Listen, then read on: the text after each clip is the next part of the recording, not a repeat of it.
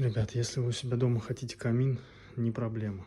На этапе черновых работ нужно спроектировать зону камина, сделать чертежи, не забыть про отверстие, сразу узнать, какого размера будет камин, спроектировать это все, сделать каркас, обшить гипсокартоном, обложить плиткой и вот красота.